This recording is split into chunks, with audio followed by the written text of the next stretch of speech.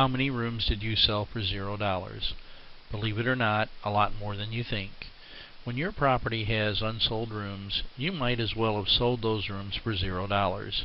You still have to pay for all the costs that go along with an unsold room: mortgage, labor, utilities, etc.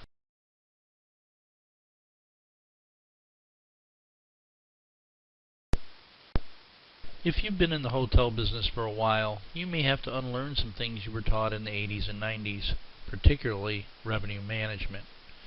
When your hotel occupancy hits a predetermined level, do you jack up the rate as you were taught? If so, your hotel is likely not going to be yielding the best results in today's online market. Hotels will often increase their rate once the occupancy hits between 65 and 70%. The reasoning is that often owners and GMs gauge their success and failure by ADR. Instead, they should be focusing on RevPAR.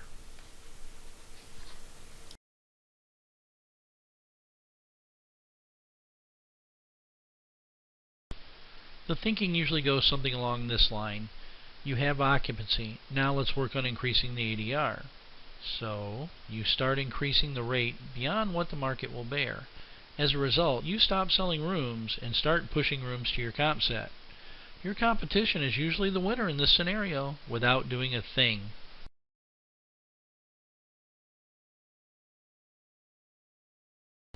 It would be nice as owners and managers if we could actually determine what our ADR should be. However, we don't get to decide that. The market and the guests do. It's been said time and time again, but it bears repeating: ADR does not put money in the bank. RevPAR does.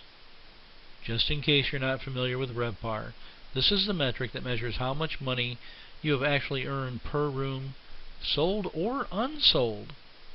This is the metric hotelers should be paying attention to.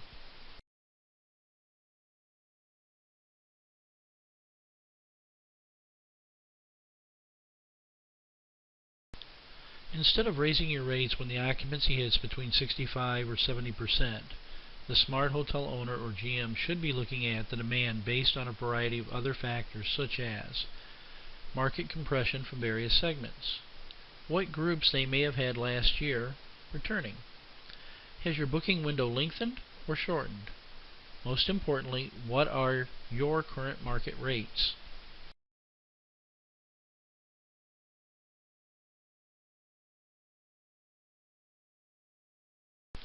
When a hotel is outselling its comp set, it means they've created the best perceived value in the market. This occurs when the guest perceives that the hotel is offering the best value compared to the rest of the hotels in the area. Closely monitoring and adjusting your rates with effective accounting for the above-mentioned principles will ensure that you continue to meet demand levels without pricing yourself out of the market. It will also allow you to consistently higher occupancy levels. Sound too good to be true?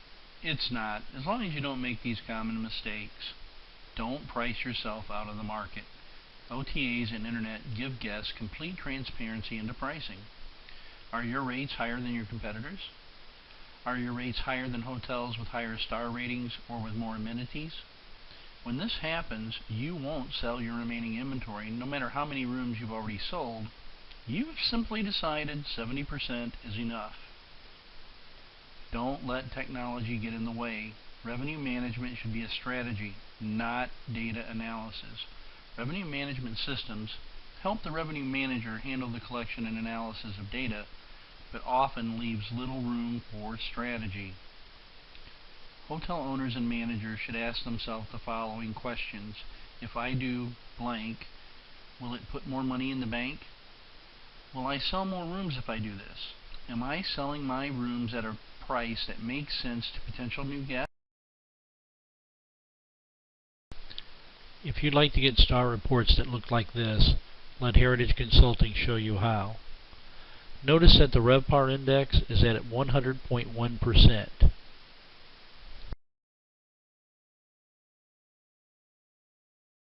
Questions? More information? Contact Heritage Consulting. Billy at heritage-h-consulting.com. c.com, 504-939-3390, or visit us on the web